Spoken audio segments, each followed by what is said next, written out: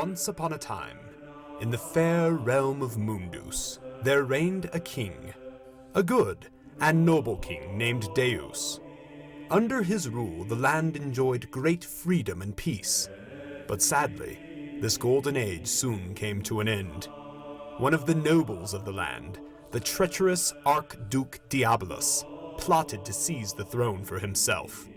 He convinced the men of Mundus that they could better govern the realm without King Deus, and together they all rebelled against the good monarch. Although he had the strongest of armies at his command, wise King Deus decided to give these traitors what they desired. He seemingly yielded control of Mundus to them, and withdrew across the sea to another of his realms, the kingdom of Celorum.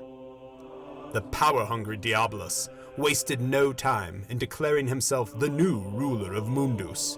He built a grand capital city high in the mountains and called it Cosmos. Promising wealth and power to all who followed him, Diabolus used his sorcery to deceive the people of Mundus. Those whom he could not buy with counterfeit riches, he controlled through fear and intimidation. His chief weapon was the great and monstrous dragon he kept caged in the center of Cosmos. Mortis Imperium, they called the awful beast, and many of Diabolus's enemies met their doom in its dreadful jaws. The terror of the Archduke and of his dragon soon filled the land and enslaved its inhabitants. Thus, what was once a happy and free realm became the grim and tyrannical kingdom of Mundus. And so it remained for many, many years, until one day, when a ship was spotted on the horizon, a great warship bearing the standard of Celorum. Whispers of hope were heard among the common folk. Could it be that King Deus had not forgotten them? Was he even now sending an army to set them free?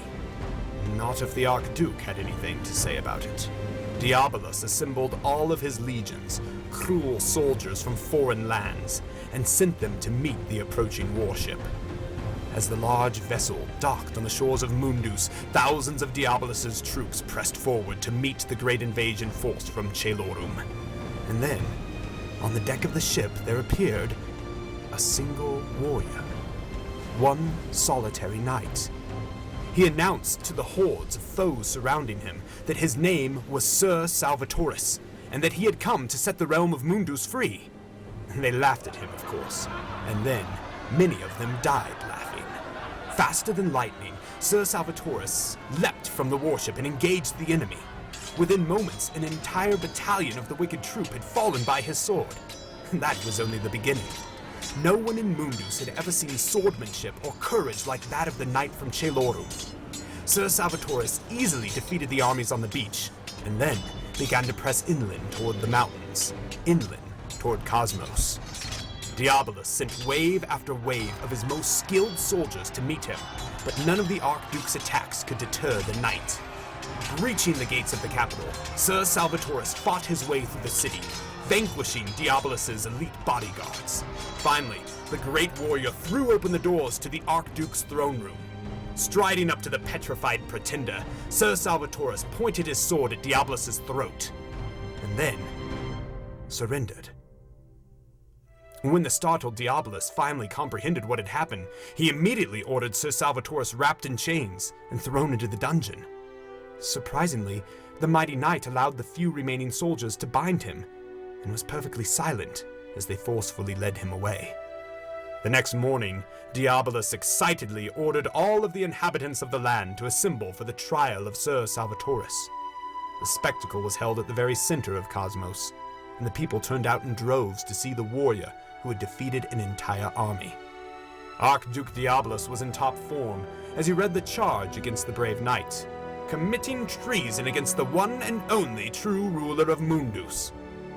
When presented with a choice between execution or kneeling and kissing the Archduke's ring, Sir Salvatoris calmly remarked that there was, and always would be, only one king of Mundus, and Diabolus certainly wasn't he.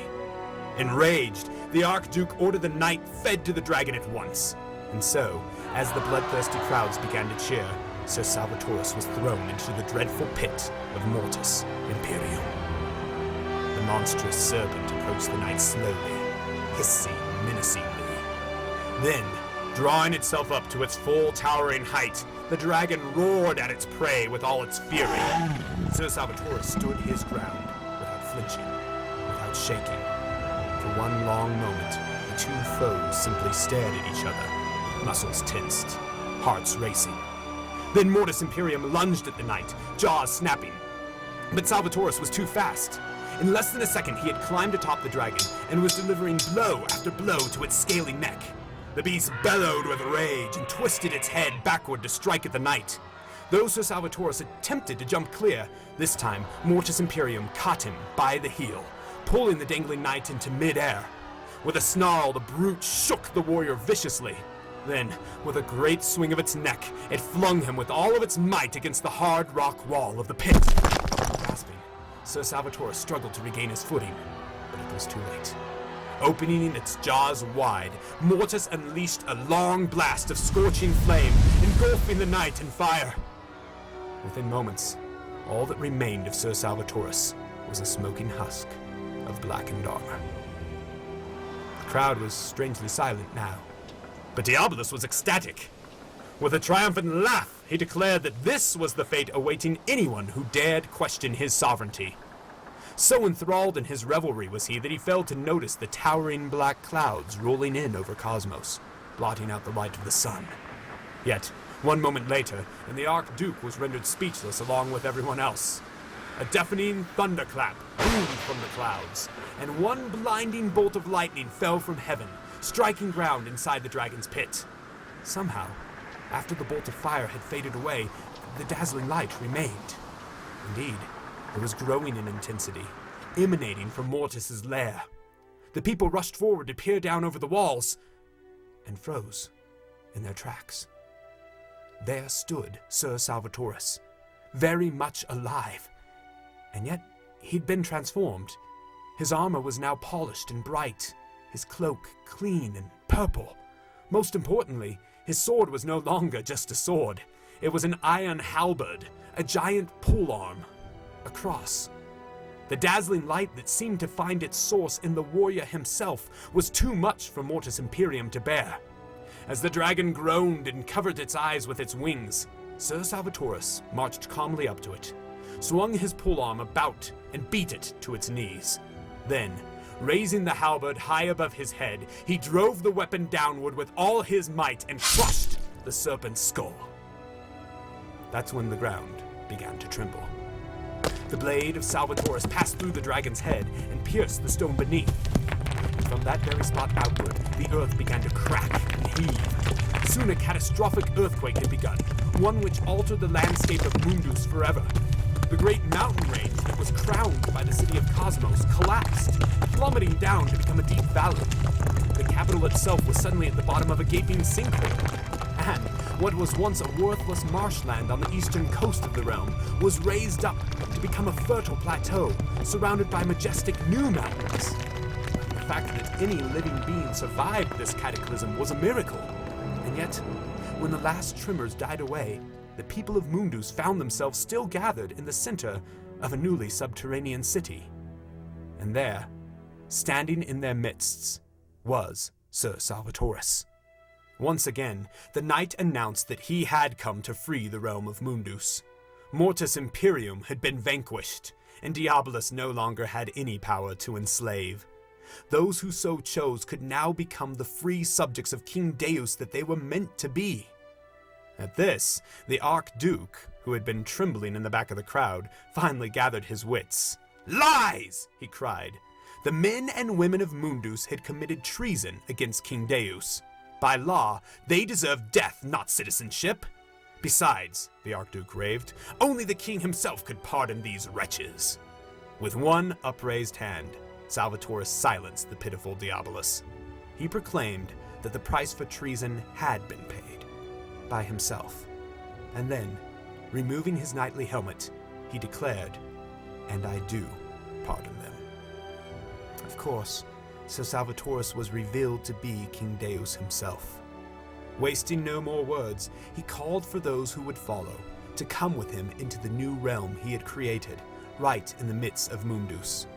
Regnum Dei, he called it, the kingdom of Deus. There, his followers would work the land and expand the borders of the realm, obeying the king's laws of justice and mercy and love. The king himself would soon have to sail back to Celorum for a time, but he would return. And when he did, all the armies of that glorious realm would be following after him. Casting one last glance at Diabolus, King Deus promised that on that day, anything or anyone that stood against him would be destroyed. Someday soon, all of Mundus would once again bow before Deus as king.